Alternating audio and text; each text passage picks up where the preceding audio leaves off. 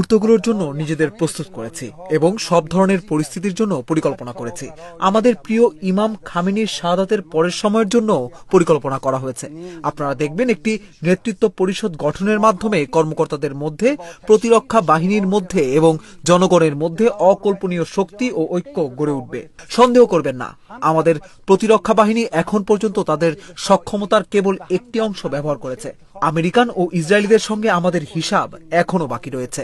এখানেই খুব স্পষ্ট ও পরিষ্কারভাবে আমি ট্রাম্প, নেতানিয়াহু এবং তাদের এজেন্ট ও সহযোগীদের বলছি, আমি পুনরায় বলছি, এই দুই অপরাধী এবং তাদের সকল সহযোগীদের উদ্দেশ্যে বলছি, তোমরা আমাদের লাল সীমা অতিক্রম করেছো এবং এর মূল্য তোমাদের দিতেই হবে।